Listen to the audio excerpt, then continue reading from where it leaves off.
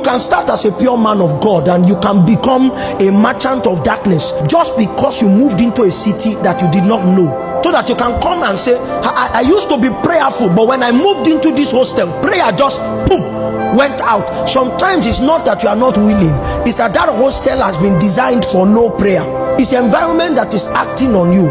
And there are two instructions that we give such people. I'm speaking to a particular person.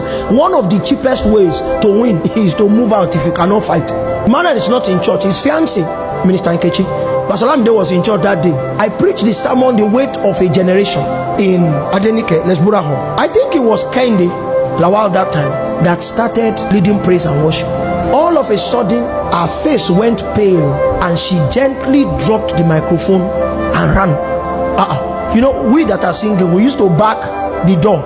They that are leading, they can see the door. So I now said, Nkechi, you now heavyweight now, go there. And then my daughter started shedding tears. Her face went pale too. She dropped the microphone. So I went up there. We cancelled every other thing we needed to do, and I attempted to start my sermon immediately. It took me about 15 to 20 minutes of prayer before the atmosphere shifted. So my mom now called me when I got home. She said, son, the building you are using is like a cream building. The inside is green. I said, yes. Say you're upstairs. I said, yes. Say there's a shrine in front of me. And that one of the entities in that shrine has the looks of a masquerade. That masquerade visited your service this evening. The masquerade stood on the ground, but he became visible. And those who saw the appearance of it took off. May God give you eyes.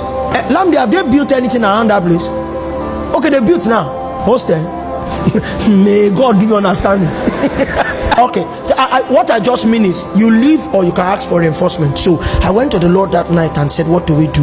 The Lord said, you will move to Ondaji, but you will now go back and do an invasion in Adenike. You remember that meeting? We used to call it Lautech Fresh Fire Conference. So we held it in Adenike. The church that hosted us, the pastors ran away.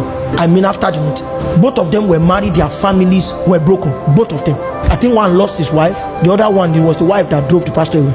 I remember that even the pastor, after that meeting for hosting us, some people met him, 6 individuals met him and gave him the date he was going to die. It was November 18 that year. And then he called me and said, see, I'll come and be living in your house. I said, don't come to my house, but you will not die. I said, sleep is between me and them.